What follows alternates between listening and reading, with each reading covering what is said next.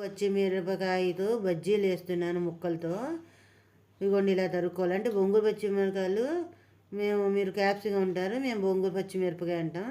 ఈ బొంగు మిరపకాయ చక్కగా ఇలా చిన్న ముక్కలుగా చేసుకోండి. దాంట్లో పచ్చిశనగపప్పు ఉంటుంది కదా, అది 2-3 గంటలు నానబెట్టేసుకోండి. నేను నానబెట్టేసుకున్నాను.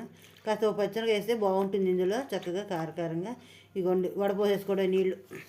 పప్పు ఇలా వడపోసేసి నీళ్ళు ఇందులో పోసుకోండి. పప్పు ఇందులో పోసి పచ్చడి కొంచెం కావాలంటే వేసుకోండి, కొంచెం లైట్గా కారం కావాలంటే. ఇదిగోండి సాల్ట్ సరిపడా వేసుకోండి. కాస్త జీలకర్ర కూడా వేసుకోండి.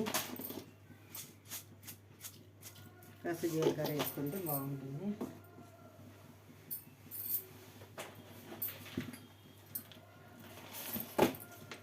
ఇంకే కారం కోసం 2 మిరపకాయలు వేసుకోండి. ఇది మిక్సీ వేసుకోవాలండి.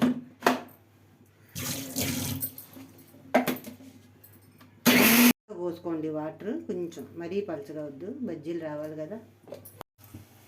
ఇవ్వండి బొంగు పచ్చిమిర్చి ముక్కలతో బజ్జీలు ఇలా ముంచుకోవాలి. ఇలా ముంచుకొని ఇట్లా వేసుకోవాలన్నమాట.